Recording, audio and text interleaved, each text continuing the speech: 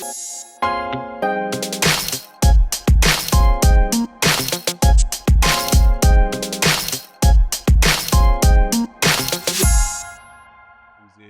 you're just missing one ingredient. It's just one ingredient that you're missing that can easily change the game for you. And it's something that is very easy. Check this out.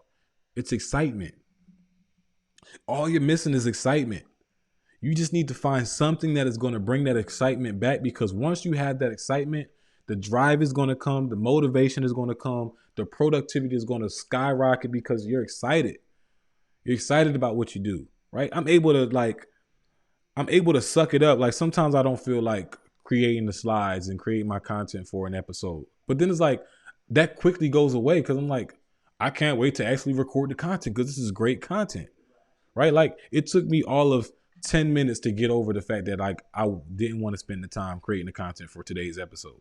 But like after that 10 minutes, I was like, let me set the time because like this is some gas. I got some gas for y'all. So here's the why. Here's why I even wanted to have this episode. Why I think this content is important, because it is, right? But I want to leave you guys with this because excitement pulls you while responsibility pushes you. And what do I mean by responsibility? Because a lot of times we think that responsibility is like us working jobs that we don't like or tolerating certain people because of being, for the sake of being cordial or, dealing with toxic relationships. We think all this is like in responsibility. And eventually the pressures of responsibility is going to just push you, and being pushed for too long is draining and it makes you feel unappreciated. But what excitement does, excitement pulls you, and being pulled is magnifying, right? I don't really have to do much effort, to be pulled towards something, because like it obviously means that I'm being attracted to it. Sometimes being pushed, you like you were like, that you ever been that kid in the dance circle and you shy, you don't really want to dance and get out there, but somebody behind you pushes you out in the dance floor, and it's like now you like forced to do it and you feel embarrassed. But let's say you break out of your shell like me and you get comfortable with dancing and you hear that song that got your body moving, right? It's like you can't help but get on the dance floor. It's like your body's just pulling you out on the dance floor. It's like that little dance move they used to do, like pull my shirt up. All right, and then I'm going on a little rant. Let me get back to the point. The point is excitement pulls you and responsibility pushes you. You don't want to feel pushed. That's not the goal. You want to be pulled towards the things that you love. You want to be attracted to things. That's the whole point of the podcast, is attraction, passion, attraction, right? So we want to condition our bodies to not even think twice about increasing productivity. And the only way to do that is through excitement. Excitement gives you more ability to self-reflect instead of self-destruct. When you're excited about things, you ask yourself more questions like, okay, this isn't working. How can I make this work? Okay, I got this result. How can I get that result? Okay, my outputs are not producing enough input. So how can I change my outputs? It's like you just motivated. You just want to do better. You want to increase your efforts. You want to increase your capacity. You want to increase your return.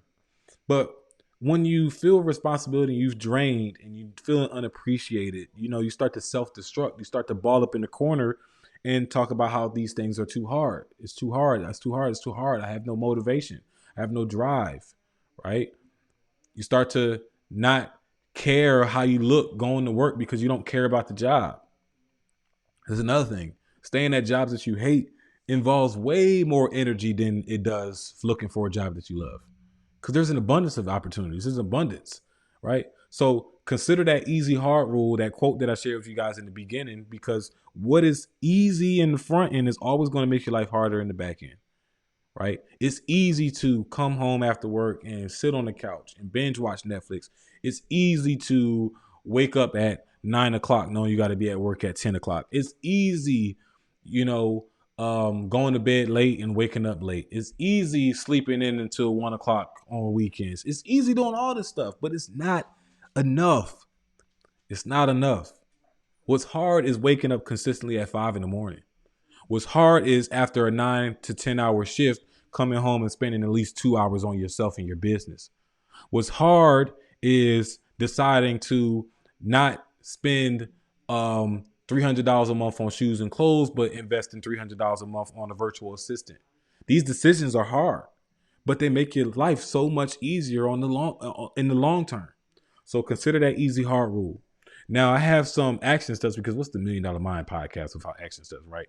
So let me pull it up on my screen so you guys can see this. I got some action steps, some things that you can start to apply today. And excuse me, I keep wiping my face. I just got my hair cut. So fellas, you know how this is. Like when you got the little hair follicles all up in your face and all up in my nose and eyes, like I keep feeling hair prickling me. So excuse me, keep wiping my face and looking like I'm digging up my nose. I'm not. It's like, it's just itchy. I got hair in it.